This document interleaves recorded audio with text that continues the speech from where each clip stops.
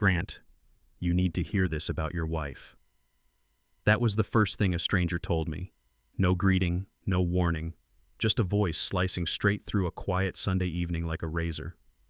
Lauren was 10 feet away on the sofa, legs tucked under a blanket, scrolling her iPad, and suddenly, the room didn't feel peaceful anymore.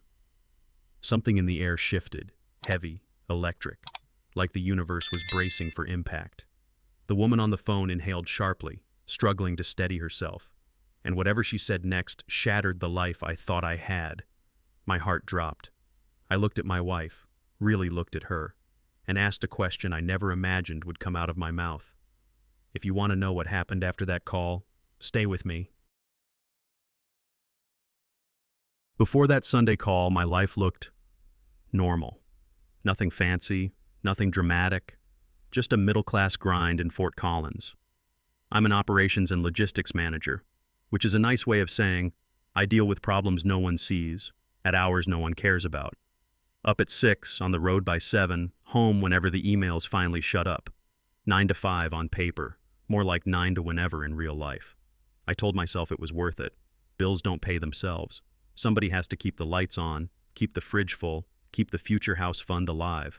That someday mortgage, the retirement we joked about, the safety net. That was my job. We had the cliché American setup. 2-story place in a quiet neighborhood, a backyard I mowed on Saturdays, a garage full of half-finished projects and tools I probably didn't need. It wasn't a dream life, but it was ours. Lauren did marketing consulting, always talking about clients, events, networking dinners. Her world sounded louder, more exciting. Mine was spreadsheets, traffic, and receipts. If you'd asked me back then to describe our marriage, I'd have said, not perfect, but solid. Truth is, I wasn't perfect. But I was loyal. I really thought we were a team. Back before everything cracked, there were real moments that made sense. That's the part that still messes with my head. I remember our early years like snapshots, cheap motels on road trips, gas station coffee at 2 a.m., Lauren with her feet on the dashboard singing off-key, Friday nights with takeout and Netflix, arguing over what to watch, falling asleep halfway through anyway. Every anniversary, I wrote her a letter by hand. Nothing poetic, just real. Thank you for choosing me. I'm in this with you. Stuff like that. We had our someday list. Someday we'd buy a bigger house. Someday we'd have kids. Someday we'd retire early. Maybe stay in Colorado. Maybe end up in Florida near the beach. Those weren't just dreams to me, they were a plan. My whole workaholic routine was built around that plan. I wasn't chasing excitement. I was in survival mode. Keep us safe, keep us stable, keep us together. In my head, stability was love. Showing up, paying the bills, being there. That was how you proved it. All I really wanted was simple, to feel like we were a team, choosing each other every day. Looking back now, it's clear. She checked out of that team a long time before she ever walked out the door. I didn't label it as cheating at first. I just noticed small things. It started with more girls' nights. Once a month turned into once a week. Dresses tighter, perfume heavier, extra minutes in front of the mirror she never used to spend. Then came the client dinners and networking events. It's important, Grant. Relationships are everything in marketing, she'd say, grabbing her keys like it was nothing. Her phone changed too. It used to die on the kitchen counter. Now it lived face down. Notifications off. It followed her into the bathroom. I'd catch a small smile at the screen, then the quick lock when she heard my footsteps. My gut whispered, something's wrong. My head answered, don't be that guy. You're her husband, not her interrogator. So I swallowed it. Told myself I was tired, insecure, reading into things. I reminded myself of the vows we made, the years we'd already put in, the life we were building. Looking back, it's so clear it makes me sick. Red flag after red flag. And I ignored every single one of them, because doubting myself felt safer than admitting I might not really know my own wife. The space between us didn't arrive with a big fight. It slipped in quietly. Lauren started going to bed at different times than me. Too early, too late. Just not together. When I reached for her, there was always a reason. I'm exhausted. I've got an early call. I'm stressed, Grant. Can we not tonight? At first I took it on the chin. Work is tiring. This happens to married people. Then I did what men like me do. I turned it into a project to fix. Be more patient. Pick up more chores. Work harder so she worries less. If I could just get us to that next raise, that bigger house, that safer future, she'd relax. We'd reconnect. That was the story I sold myself. Dinner turned silent. We sat at the same table, lit by the same light, but it was me and my phone, her screen, scrolling through separate worlds. One night I said, "Something feels off. I miss us." She didn't even look up. "You're overthinking. We're fine." So I shut up and picked up more overtime, thinking I was fixing things, when I was clearing more space in her schedule to be with someone else. The Sunday it all blew up didn't look special at all. It looked boring, normal, safe. Late afternoon light was coming through the blinds, that orange Colorado glow you get before the sun drops behind the Rockies. The game was on, volume low. I couldn't even tell you who was playing. The TV was just noise while my head replayed work deadlines and emails I hadn't answered yet. The house smelled like leftover barbecue from the night before. The dishwasher was running. Cars rolled by outside every now and then. It was the kind of quiet that makes you think, yeah, this is what I've been working for. Lauren was on the other end of the couch, legs under a blanket, scrolling her iPad. She chuckled at something on the screen, tapped out a reply, completely at peace. Looking at her then, you'd never guess a bomb was already wired under our life. My phone buzzed on the side table. Unknown number. For a second, I almost let it ring out. Spam, telemarketer, wrong number, whatever. But my hand moved on its own. I picked it up. Thumb hit accept. For some reason, I answered that call. That one small decision ended my marriage. "Hello?" I answered, still half watching the game, voice on autopilot. "Hi, is this Grant? Grant Whitaker?" Woman's voice, mid-30s, maybe 40s, tight, controlled, like she'd practiced this in her head 100 times and still wasn't ready. "Yeah, who's this?" There was a pause, just long enough to make something cold move through my chest.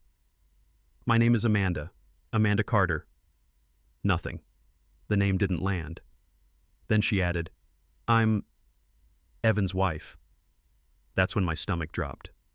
Evan Carter. I knew the name. Lauren had mentioned him before. Another consultant. Good with clients. Sharp guy. I'd shaken his hand once at a company event. Normal dude. Forgettable. Until right then. I sat up in the recliner, muted the game.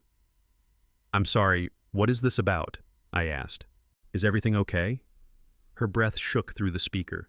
When she spoke again, the words came out hard, like she was forcing herself to finally rip off a rotten bandage.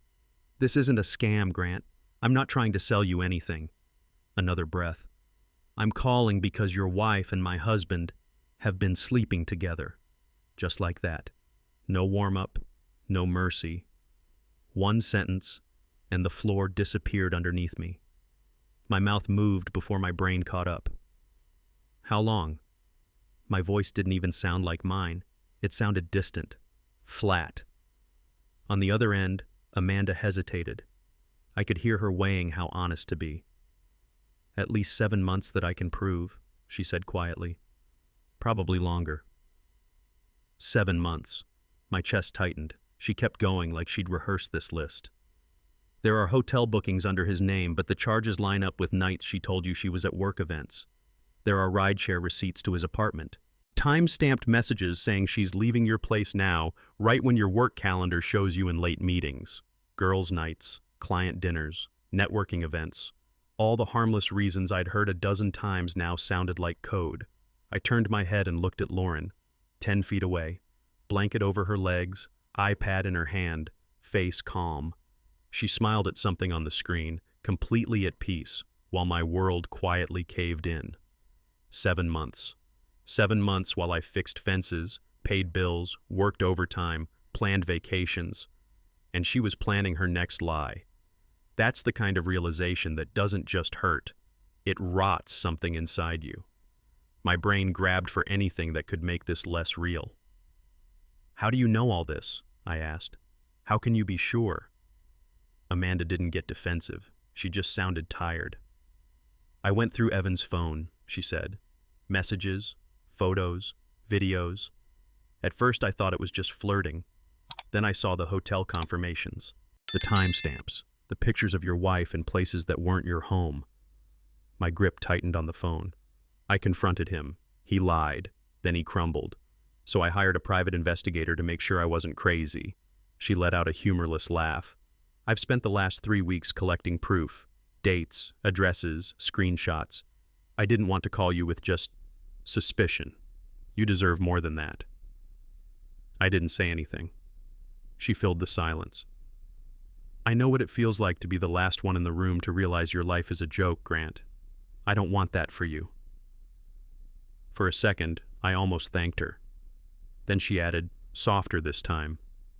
From the messages I saw, it's not just my husband. There are others.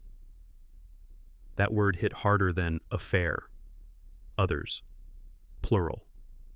Hearing that was worse than anything she'd said so far. I didn't know what to say, so Amanda kept going. Grant, I can send you everything, she said. Screenshots, dates, hotel receipts, GPS locations. You shouldn't have to just take my word for it. The thought of seeing it made me sick. The thought of not seeing it felt worse. I swallowed. My mouth was dry. How? I managed. Give me an email, she said. One she doesn't have the password to. My hand actually shook as I picked up a pen from the coffee table. I wrote the address down like I was signing something sacred, then read it out, slowly, while she typed. When I finished, there was a pause. You're gonna need proof, Grant, she said, voice low. She will lie. Evan did. They all do. That they stung. We said a few more useless formalities. Thank you. I'm sorry. Words that didn't touch what was happening. Then the line went dead. The living room was suddenly too loud and too quiet at the same time. TV muted, dishwasher humming, my pulse thudding in my ears. A stranger on the phone believed my instincts enough to gather evidence for me. My own wife never even admitted something was wrong. I just sat there for a moment, phone still in my hand, screen gone dark. Across the room, Lauren shifted on the sofa. She must have felt the shift in me, even if she didn't know what it was. Who was that? She asked, casual, eyes still on her iPad. It was such a normal question that, for half a second, the old reflex kicked in. It was nothing. I didn't confront her. Not yet. I forced my voice to stay steady and added, probably a wrong number. Then I waited. I waited until she went to take a shower, the bathroom fan humming behind the door, the sound of water masking the quiet in the house. That's when I opened my email. And what I saw inside didn't just crack my life, it obliterated it. Wrong number. Spam. The easy lies married people tell all the time. But that version of me, the one who smoothed things over, who gave automatic trust, felt like he'd been gutted on that call. I looked at her. Really looked at her. Same leggings, same oversized sweater. Same woman I'd kissed goodbye 1,000 mornings. Except now, all I could see was Amanda's voice laying evidence over everything like X-rays. I heard myself answer, slower this time. That was Amanda, I said. Amanda Carter. She finally glanced up, just a flick of her eyes. Nothing yet. I finished the sentence. Evan Carter's wife. The room didn't change. Same walls, same couch, same fading sunlight. But everything inside it did. There was this tiny pause after I said, Evan Carter's wife. Maybe half a second. Just long enough for me to see it hit. Something flickered across Lauren's face. Recognition, panic, calculation. Then it was gone. Her eyebrows pulled together, just a little. Who's Evan? She asked. If I hadn't just gotten off that call, I might have bought it. It was that smooth, that quick. But something snapped in me. Don't, I said. My voice came out lower than I expected. Don't insult me.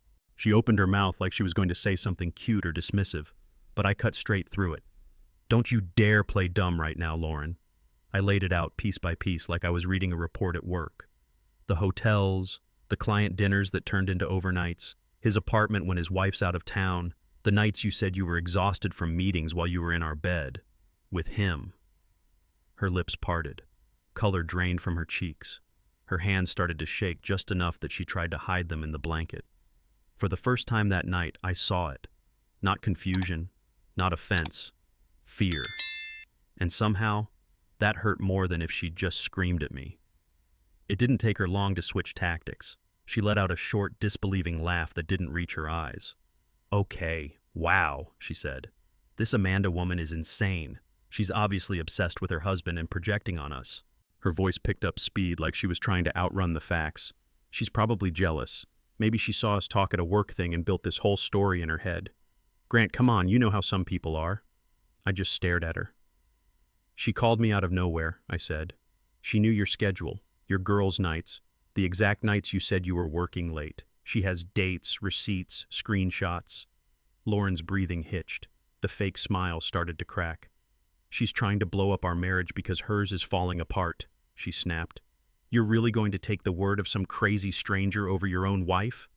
The tears came next, right on cue, hand to her chest, voice shaking, eyes glassy. If this had happened a year earlier, I might have folded.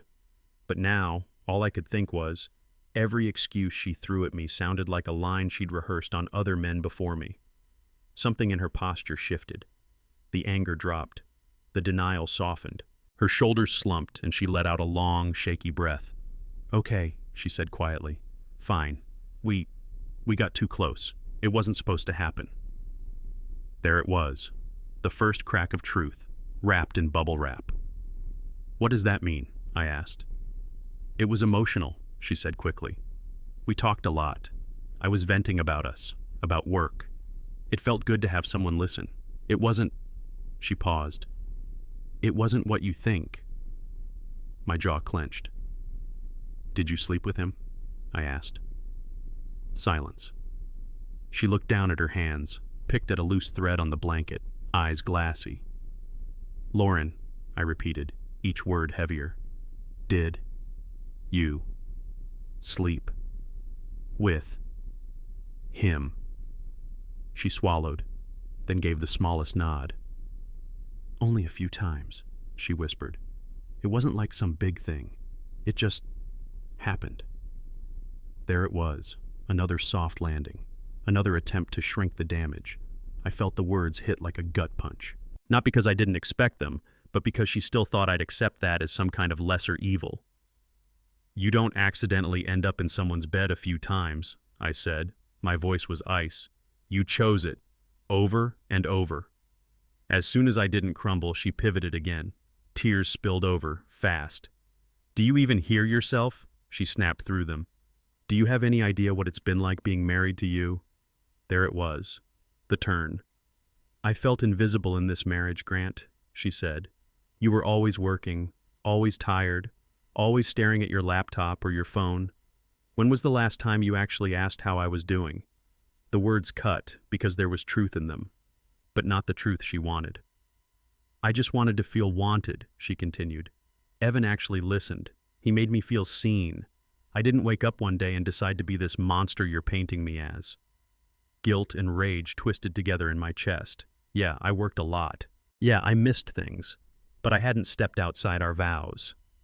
"So your solution," I asked slowly, "was to sleep with my coworker?" She flinched.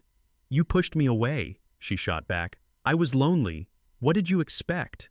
I stared at her, really seeing the logic she was trying to sell me.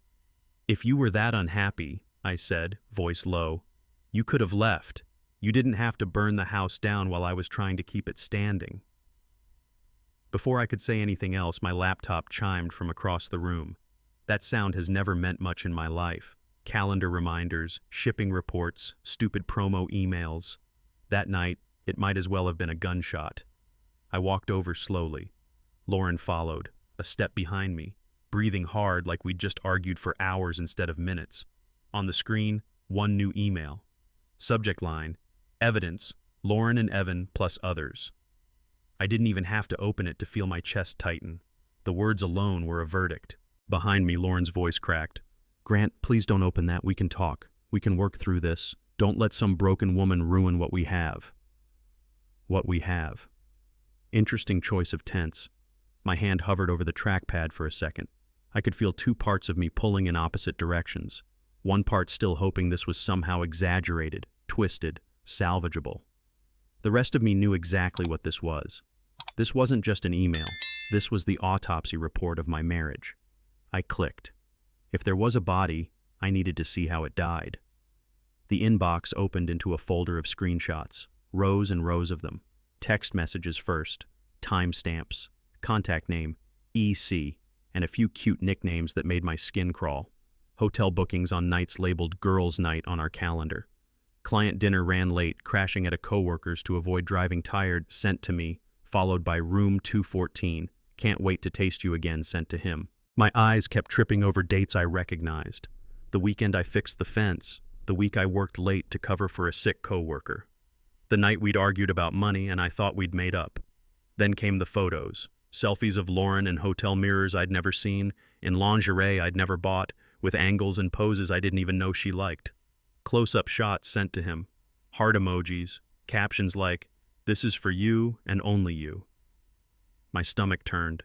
Behind me, she was sobbing. "That's not the full story," she choked out. "It's not what it looks like."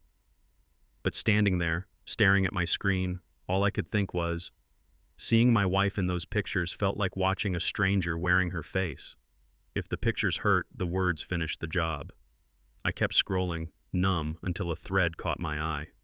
Lauren. "He has no idea. He's so clueless." Evan. "You sure? He never questions anything?" Lauren. "Nope. Told him I was at a work conference. He bought it." Again.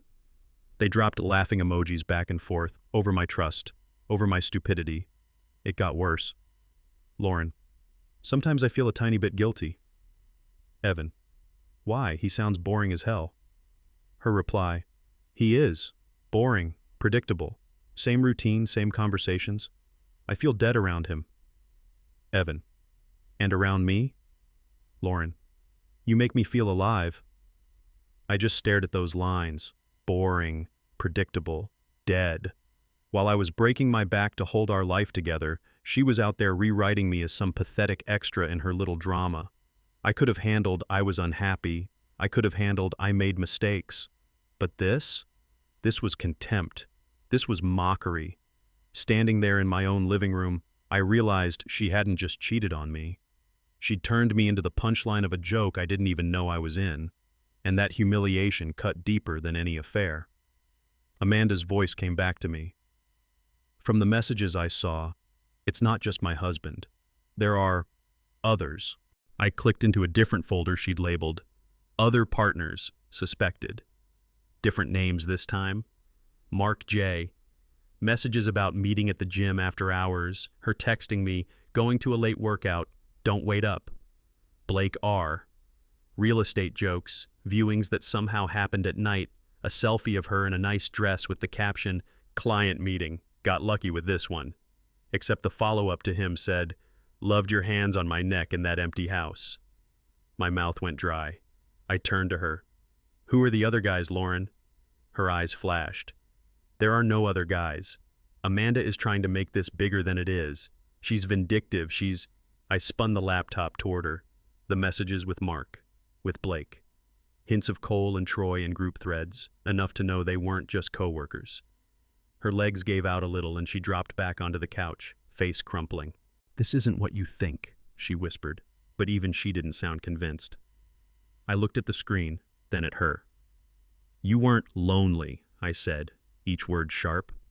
"You were running a side life." And that's when it finally hit me. This wasn't a one-time fall. This was who she'd chosen to be. At some point, the arguing stopped feeling like arguing. Her voice was still going, excuses, explanations, half apologies, half accusations.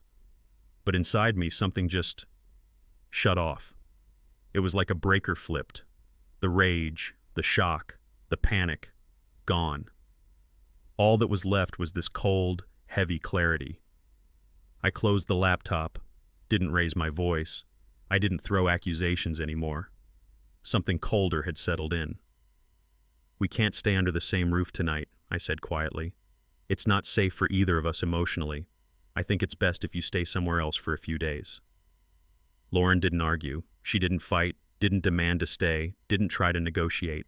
She just swallowed hard and nodded. The way she accepted it so quickly, the way she moved toward the bedroom without hesitation, told me everything about where her heart had actually been this whole time.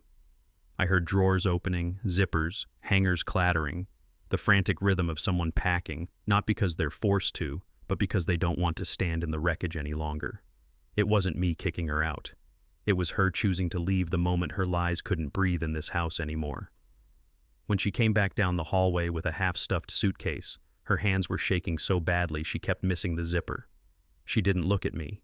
She just said, in a small voice, "I'll stay at my sister's." And for the first time that night, I believed her. I didn't. Watching her walk out of the house we'd built together felt like cutting off a limb that had turned poisonous. It hurt like hell, but it was the only way to survive. When the door clicked shut behind her, the silence moved in. No more suitcase wheels, no more crying, no more excuses filling the space, just quiet. Michael squeezed my shoulder once, the way brothers do when there's nothing useful left to say. "You want me to stay?" he asked. "I'll be okay," I lied. He didn't push it. He just nodded, told me to call if I needed anything, and left. Then it was just me and the house. I walked through it like it belonged to someone else. Living room, where we watched movies, where she texted other men while leaning against my shoulder. Kitchen, where we had slow Sunday breakfasts, where she'd kissed me goodbye on nights she was heading to client dinners. Bedroom, I stopped at the door. I couldn't step in. I could see the bed from the hallway, and all I could think was who else had been there. I grabbed the obvious things she'd missed: a sweater, a hair clip, a few bottles on the bathroom counter, dropped them into a cardboard box, and shoved it into the closet.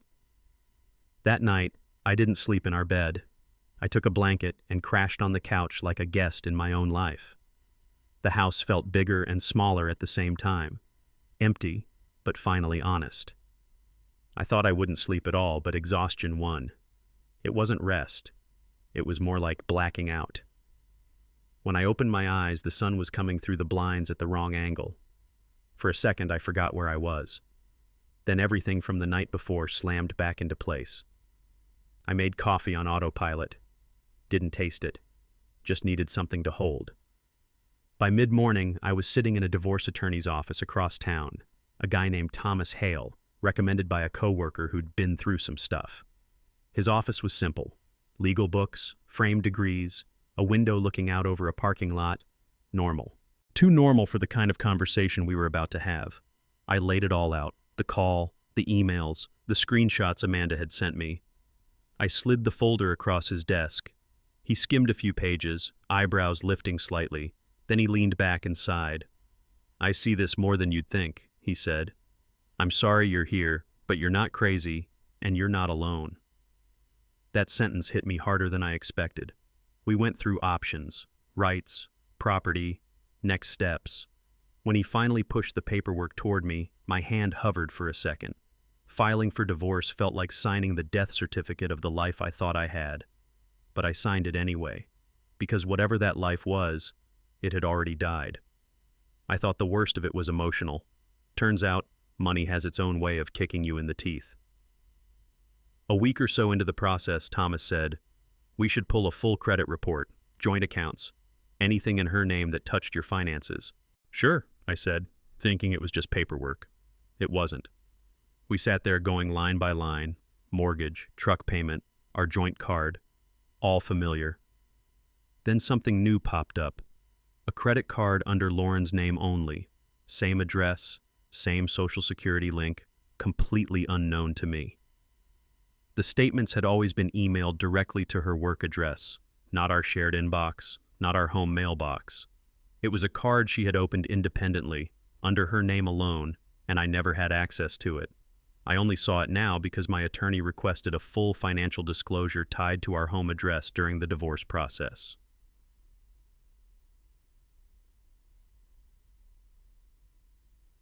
Balance: a little over $18,000.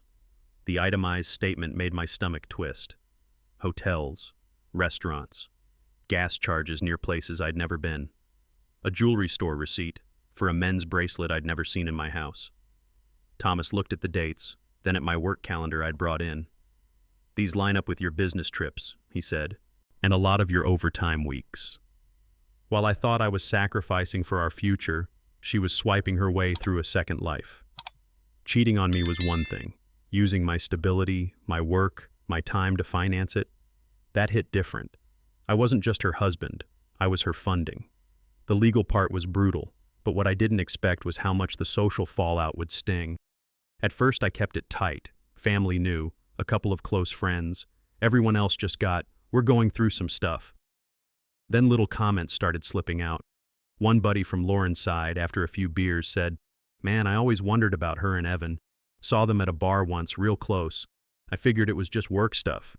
Didn't want to stir drama." Another said, "Yeah, she'd joke sometimes about you being too trusting. I thought she was just venting." Too trusting. Right. It slowly hit me. There were people who'd seen pieces of this way before I did, and said nothing. I'm not saying they were responsible for what she did. They weren't. But it messed with my head. If my own wife could lie like that, and the people around us could watch smoke and pretend there was no fire, who exactly was I supposed to feel safe with? So I pulled back, stopped answering group texts, stopped going to get-togethers, kept conversations shallow at work. My world got smaller, on purpose. It wasn't just my marriage that died. My sense of community went with it. Nothing prepares you for sitting in a courtroom and listening to someone else narrate your life like they wrote it. At the first hearing, Lauren's attorney, Erica, stood up in her neat suit and calm voice and told a story I barely recognized. According to her, Lauren was a devoted wife trapped in an emotionally neglectful marriage, a woman starved of attention, forced to cope with a husband who was married to his work. She listed my hours like they were crimes. Mr. Whitaker regularly worked 60-hour weeks. He traveled for business. He missed important emotional moments. Mrs. Whitaker repeatedly expressed feeling unseen, unheard, and alone. Lauren sniffled on cue, tissue in hand, eyes down. Erica's voice softened. In that isolation, she sought connection. She made poor choices, yes, but in the context of severe emotional neglect, she sought affection elsewhere because she wasn't getting it at home. That sentence lit me up from the inside. I sat there listening to years of overtime, late nights, headaches, and sacrifices get flipped into a form of abuse. Apparently, working to make ends meet is now considered abuse. In that moment, they weren't just trying to excuse what she'd done, they were trying to make me the villain in the story she broke. Then it was our turn. Thomas didn't raise his voice. He didn't spin some dramatic speech. He just opened a binder and started laying things out. Printouts of messages, dates, hotel confirmations, location data, the credit card statements with charges lining up perfectly with my time away. He read out a few selected texts. Lauren to Evan. He has no idea. He's so clueless. Another. Told him I'm at a work conference. He bought it. And then the line about me being boring and predictable, how she felt dead around me but alive with Evan. The room went very still. Erica tried to wave it off. These messages, while hurtful, are examples of dark humor, she said. Coping mechanisms in a troubled marriage. They shouldn't be taken as a full picture of... The judge cut her off. Dark humor once or twice, she said, flipping through the pages, is one thing. This is a repeated pattern over many months, of deception, of financial misconduct, of calculated double life. For the first time in a long time, I felt something other than anger or shame. For once, someone in authority saw through the performance. It didn't fix anything. But it did make me feel a little less crazy. In the end, it all came down to a few quiet sentences from the judge. She didn't yell. She didn't moralize. She just laid out what she saw. Mrs. Whitaker, she said, I understand you felt lonely in your marriage. That is real. That matters. But feeling neglected does not justify sustained deception, multiple affairs, and financial misconduct using marital funds. That word, sustained, stuck with me. She went on to outline the division of assets, the house, retirement accounts, debt, that secret credit card. The split leaned more my way than Lauren had clearly expected. Not a total win, but far from the half of everything she thought she'd walk with. Lauren's jaw tightened. She shot me a look across the room like I had betrayed her. That's the part that will always blow my mind. The person who burned the house down staring at the one who ran out of it like he's the arsonist. When it was over, I walked out of that courthouse lighter, but not happy. This wasn't victory. It was triage. She lost money. I lost illusions. Honestly, I think I got the better deal. At least what I had left was real. I wish I could say I never thought about her again after court. That'd be a lie. You don't just flip a switch after 6 years. Your brain still circles back, wondering how the story continued without you. Bits and pieces filtered in through mutual friends, social media, the small town effect. Word was, once everything came out, 2 of the guys she'd been seeing wanted nothing to do with her. Turns out being the fun secret loses its shine when the secret explodes in public. Evan divorced Amanda. That part didn't surprise me. What did surprise me was hearing that he and Lauren tried to keep seeing each other for a while. No spouses, no sneaking, just 2 people left standing in the mess they'd made. From what I heard, it didn't last long. Without the late-night lying, the hidden hotel rooms, the adrenaline of getting away with it, they were just 2 damaged people who'd helped each other destroy 4 other lives. Arguments, blame, jealousy now that there was nothing to hide behind. And that's when it really clicked for me. When the thrill of sneaking around was gone, there was nothing left between them. Because relationships built on betrayal don't have foundations.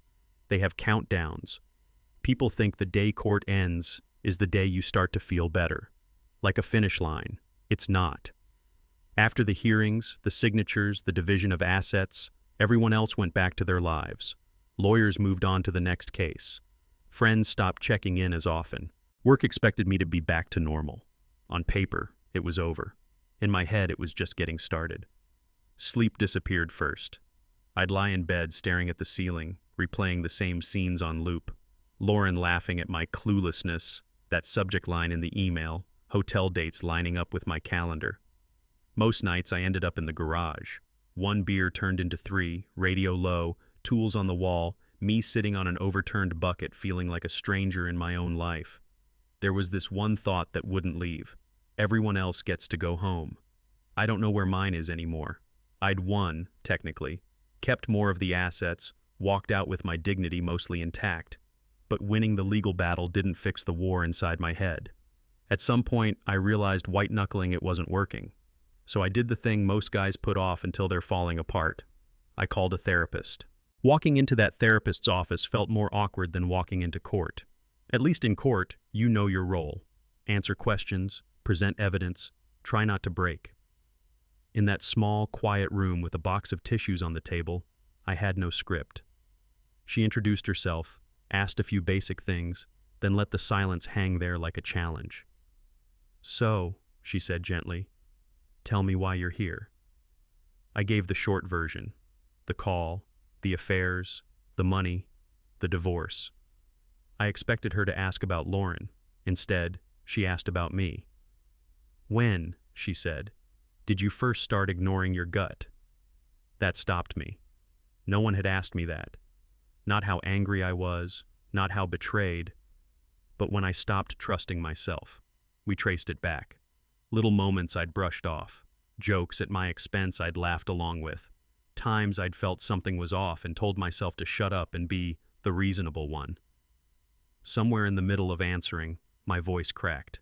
I hadn't cried once during court, not when she walked out, not reading those messages, but sitting in that chair, finally saying out loud that I'd felt unwanted, boring, not enough. I broke. Therapy kicked my ass in the best way. It forced me to see that her choices were never a referendum on my worth. I wasn't boring, I was dependable, and she abused that. Therapy didn't magically fix me, but it gave me a map. The rest was just boring work, the kind nobody claps for. I started small, walking after dinner instead of scrolling on my phone. Then it turned into actual workouts. Nothing crazy, just moving my body on purpose. I stopped skipping meals, stopped living on coffee and whatever was in the vending machine, forced myself to go to bed at a decent hour, even if I just lay there listening to the ceiling fan. I learned how to be home alone without feeling like a failure. Weekends slowly stopped feeling like punishment. I went back to things I used to enjoy before life got so loud. hiking local trails, tinkering in the garage, fixing things that weren't urgent but had bothered me for years. No one was there to see it. No one was there to congratulate me. But the point wasn't impressing anybody anymore. I was starting from scratch, but at least it was honest. And somewhere in that slow, unglamorous rebuilding, something shifted. For the first time in a long time, I felt like my own life wasn't a background role in someone else's story. The idea of dating again felt ridiculous at first. One of my buddies from work wouldn't let it go. He kept saying, "Just come out, man. It's not a setup, just people hanging out. You need to be around actual humans." So one Friday I said yes. It was nothing fancy: backyard fire pit, a cooler, folding chairs, the usual Colorado mix of flannel and hoodies. I stayed near the edge at first, beer in hand, making small talk about weather and work. That's when I met Sophie. She was a friend of a friend. Graphic designer, messy bun, paint on her jeans, laugh that actually sounded real. We talked about simple stuff first: jobs, favorite hikes, why printer settings are evil. No deep dives, no trauma dumps. Later that week, she added me on social media. We bumped into each other at another get-together. Conversations stretched longer. It felt easy. Careful, but easy. Eventually, I asked if she wanted to grab coffee. On that first real date, we did what damaged people do when they're tired of pretending. We traded war stories. Her betrayal, mine, the ways it broke us, the ways we were trying to build again. It was messy, but it was honest.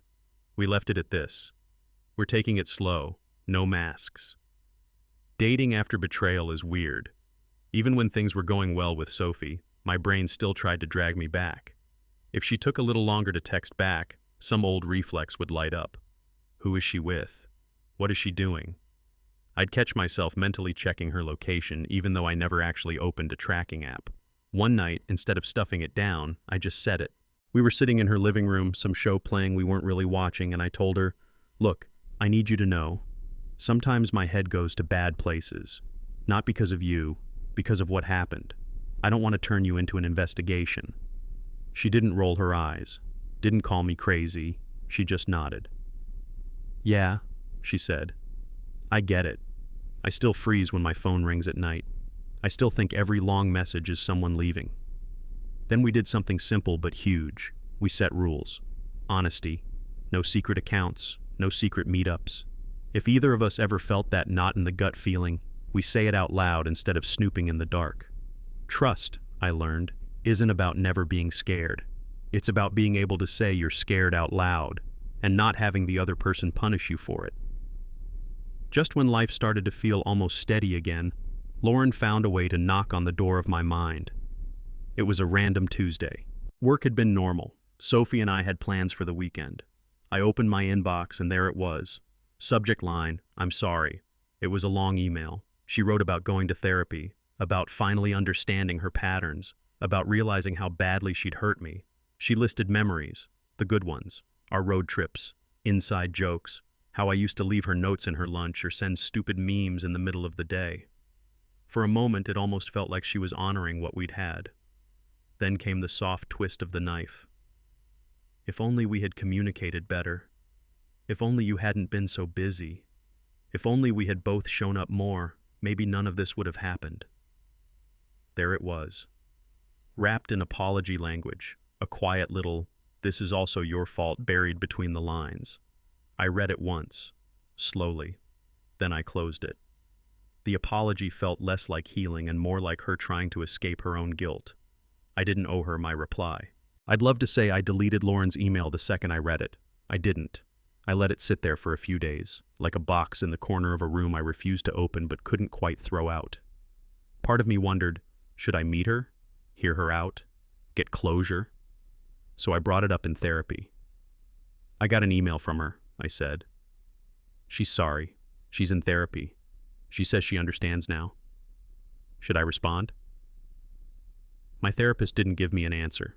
She just asked one question. "What are you hoping to get from responding?" I sat there staring at the carpet. Did I want an explanation? I'd had plenty. None of them fixed anything. Did I want her to hurt? She already was, and it didn't make me feel better. Did I want closure? The more I thought about it, the more it sounded like an excuse to reopen a wound that had finally started to scar. There was nothing new in that email, just old damage with fresh language. So I went home, opened my inbox, and hit delete.